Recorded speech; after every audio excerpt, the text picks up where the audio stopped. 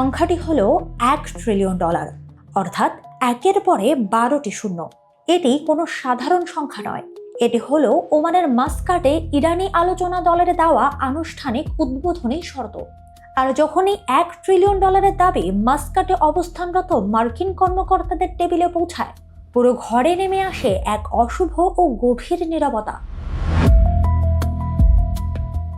ইরানের এই বিশাল ক্ষতিপূরণের দাবি কিন্তু হুট করে উঠে আসা কিছু নয়। এটি দাঁড়িয়ে আছে 4টি শক্ত আইনি ও ঐতিহাসিক স্তম্ভের ওপর। প্রথমত, জমে থাকা সম্পদ। বিদেশের বিভিন্ন ব্যাংকে থাকা ইরানের প্রায় $150 বিলিয়ন সার্বভৌম তহবিল মার্কিন নিষেধাজ্ঞার কারণে আটকে আছে। ইরান স্পষ্ট জানিয়েছে এটি তাদের নিজস্ব অর্থ। দ্বিতীয়ত, তেল বিক্রির ক্ষতি। 2018 সাল থেকে মার্কিন নিষেধাজ্ঞার কারণে ইরান প্রতিদিন প্রায় 20 লাখ ব্যারেল তেল বিক্রি করতে পারছে না। গত 7 বছরে এর আর্থিক ক্ষতির পরিমাণ $400 বিলিয়ন বেশি। তৃতীয়ত, অর্থনৈতিক বিচ্ছিন্নতা। সুইফট লেনদেন ব্যবস্থা থেকে ইরানকে বিচ্ছিন্ন করার কারণে আন্তর্জাতিক বাণিজ্য ও ওষুধ আমদানিতে যে ক্ষতি হয়েছে তার পরিমাণ $200 বিলিয়ন ছাড়িয়েছে। এবং চতুর্থত, ঐতিহাসিক হস্তক্ষেপ। 1953 সালে CIA এবং ব্রিটিশ গোয়েন্দারা ইরানের গণতান্ত্রিকভাবে নির্বাচিত প্রধানমন্ত্রী মোসাদ্দেককে উৎখাত করেছিল। ইরান এবার ওমানের টেবিলে সাফ জানিয়ে দেয়, আমাদের পারমাণবিক উদ্বেগ নিয়ে আলোচনার আগে ইরানের সার্বভৌমত্বে 70 বছরের মার্কিন হস্তক্ষেপ নিয়ে কথা বলুন। ইরান খুব ভালো করেই বোঝে তাদের আলোচনার মনস্তত্ত্ব।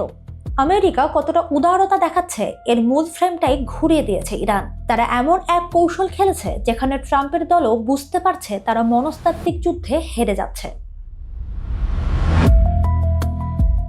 আমেরিকা তখন পাল্টা প্রস্তাব নিয়ে আসে। তারা জানায় আটকে থাকা $100 বিলিয়ন ধাপে ধাপে ফেরত দেওয়া হবে, তবে ক্ষতিপূরণ হিসেবে নয়, স্বাভাবিক তহবিল হিসেবে।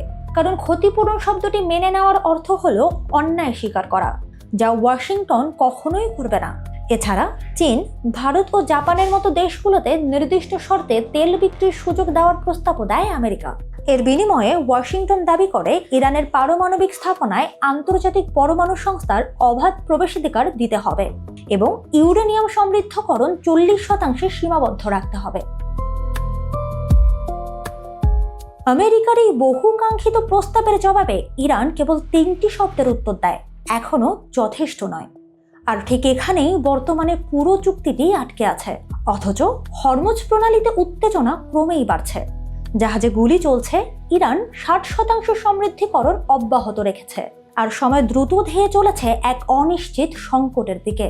কিন্তু প্রশ্ন হলো, এই $1 ট্রিলিয়ন মূল খেলাটা আসলে কি?